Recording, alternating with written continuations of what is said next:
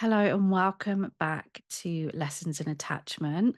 Today, I am going back to basics and I'm just going to talk you through a partial list of signs of anxious attachment. I think sometimes we just need to go back to basics and just have a little bit of a checklist and see, am I falling into these patterns? If so, at least that tells me that there is attachment support out there. There's kind of a sense of direction of what helps us to manage our anxious attachment so that we can become more secure. So, really, what I want for you from this episode is to just listen out if you are still relating to some of these signs. If any of them are new to you and you recognize yourself in them, it can be triggering.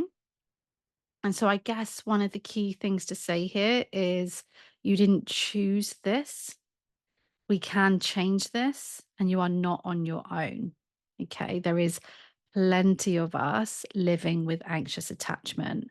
And luckily, we're kind of finding each other more. And that's what I love about this podcast. It's what I love about this community is more and more we're able to offer ourselves the compassion that we need and deserve in order to go from anxious towards secure. Now, some of you, if you're watching this or listening to this, it might mean that you've just discovered attachment theory. It might mean that you are really in those early stages of diving in and being like, oh my goodness, this is me. I remember that feeling so well. And actually, it's quite an incredible feeling because you really do realize, okay, I'm not crazy. I've not just completely lost myself. I'm not just this jealous person who can't control myself. There is reason for this. Yeah. And I guess that's a whole other thing, isn't it? Is the development, what is it that leads us into adulthood to have an anxious attachment? And let me just introduce myself. So I am Carly Ann. I am the very proud founder of the Attachment Recovery Gym, which is your online membership for supporting you to go from anxious towards secure. It's very much for those of you that are in that learning and taking action phase of your journey. And I deliver interventions there based on over a decade of professional experience, 3 decades of personal experience. And it's really for those of you that feel determined to move towards secure and you are willing and ready to take action.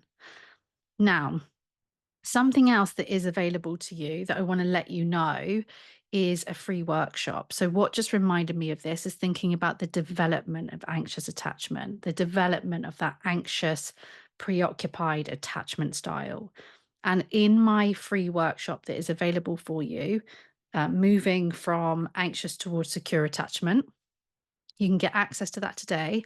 I have a whole section in there talking about the development of anxious preoccupied attachment. So you can learn more about that there. I'm going to go through a partial list of signs today, but if you want to deep dive into one, how did we get here?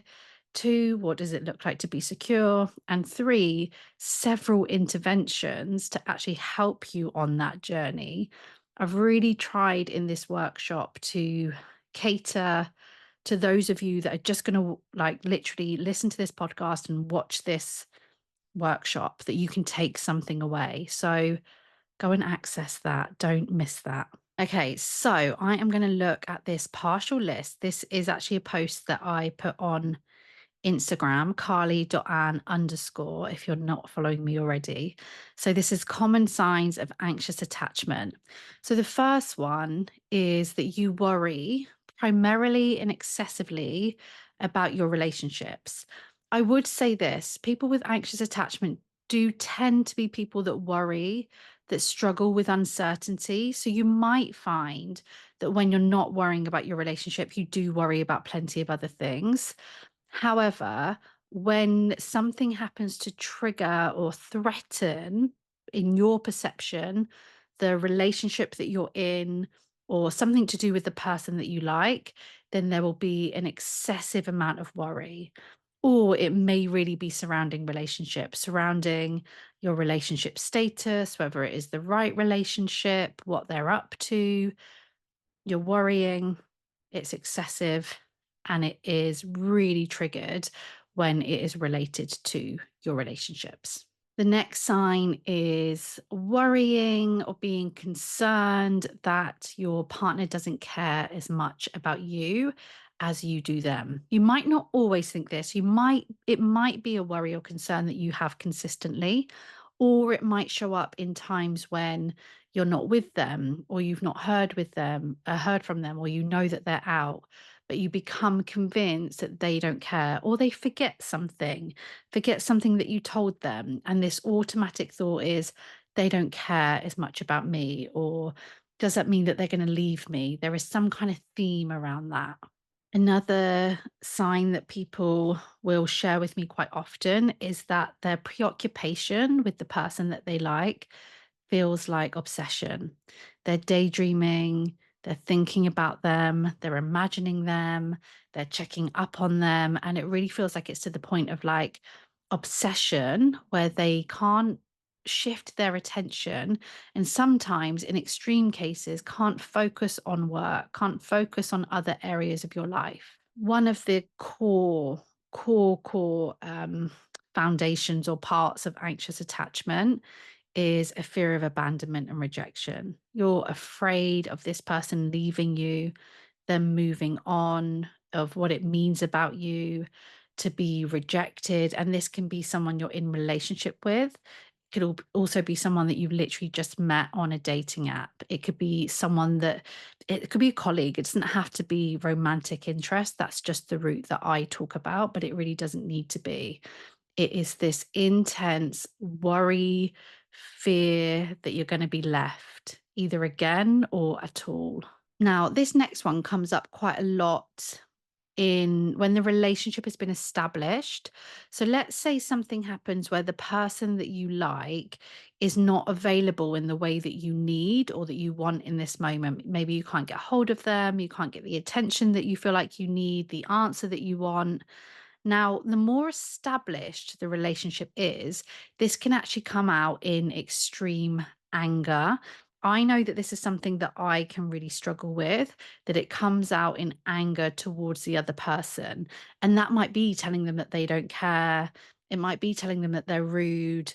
Quite often in these moments, especially if you're not with the person, you get so overtaken by the trauma, the memories, that you might not actually know what they are, that it just comes out in this kind of wave of huge emotion. And often that can be anger.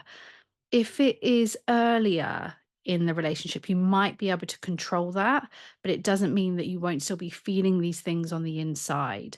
This is often when people will act out by ending the relationship or doing something quite extreme in that sense, that can be a real strain on the relationship and really difficult for both people involved. Similar to that is the next sign, which is feeling extremely depressed, either that you're giving up because you've not heard from the person, things just aren't as you want them to be. You feel like you've tried everything to get that contact, things have ended, whatever it might be, but it's this kind of it's real extreme emotion, and you might feel really low, that to the point where you feel like you can't function.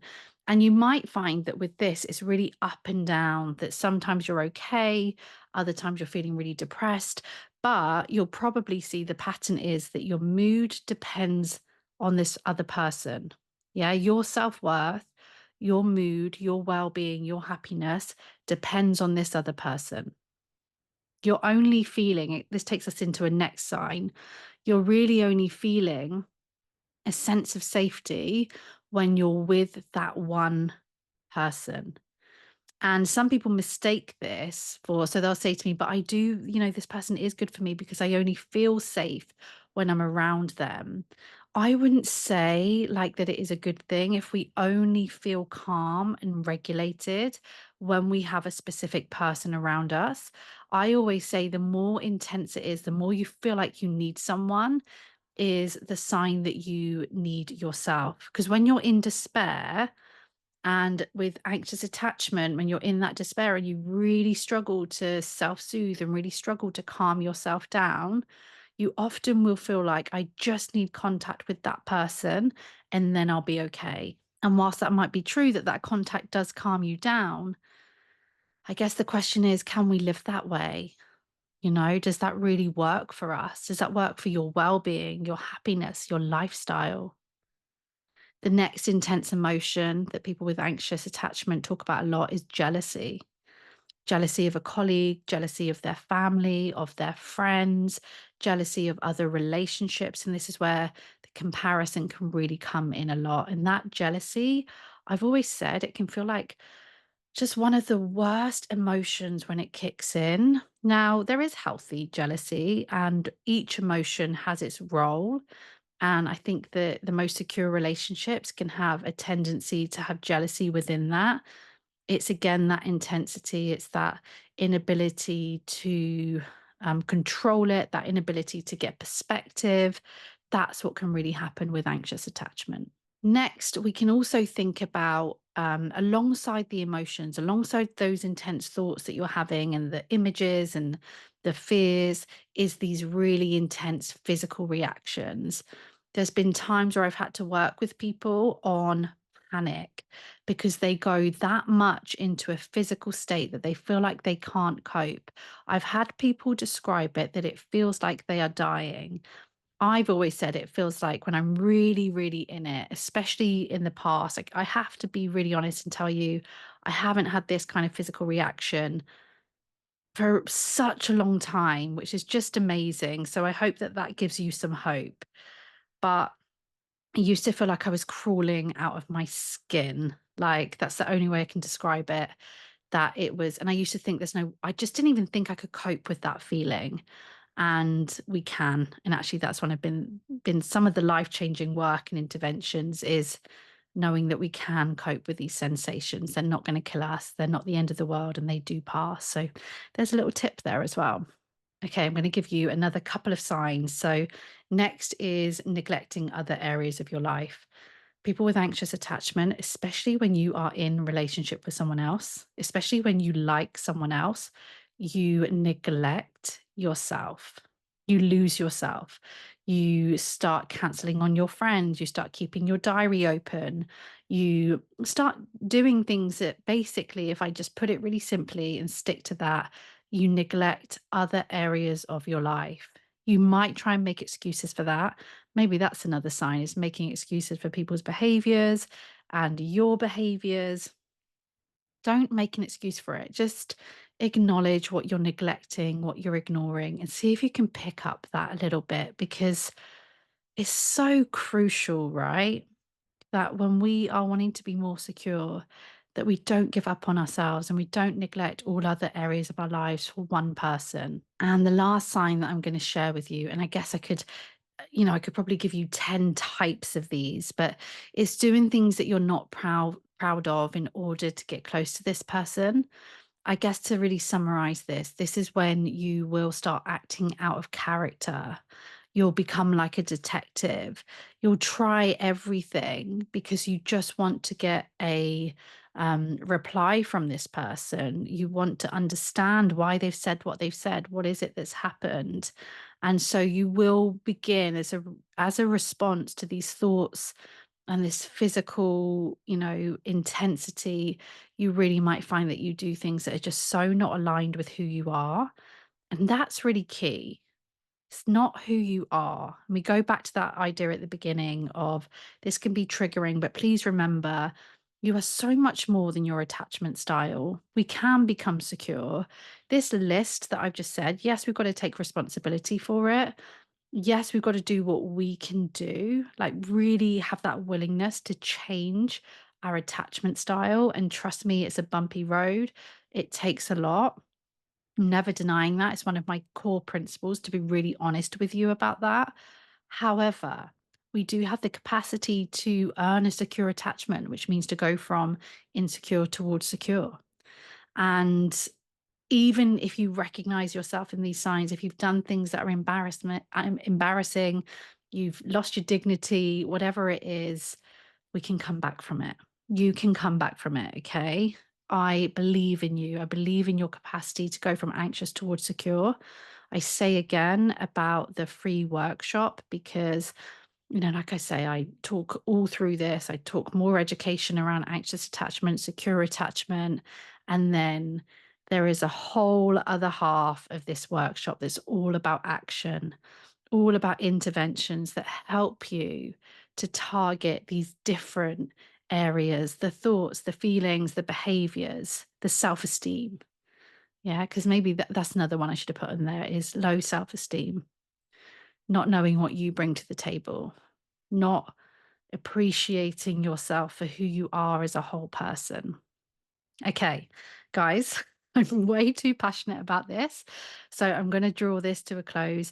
Believe it or not, it really is a partial list because we can go into so much detail about the types of thoughts. We can go into so much detail about the types of behaviors. And we don't need to do that. You will know what's spoken to you. So just take a step back. Just reflect a little bit. How is your anxious attachment impacting you and preventing you from being your true self? Reflect on that. Love yourself through this. No need to be critical towards yourself. I'm going to be back here soon. I do not take it for granted that you're here listening. Follow me on Instagram, carly.ann underscore. Go to the description for the free workshop. Is there anything else? I'm sure there's plenty of things. Um, nope, that's it. Okay. Just remember that I really do believe that secure self is within you and you deserve a healthy, happy love in your lifetime.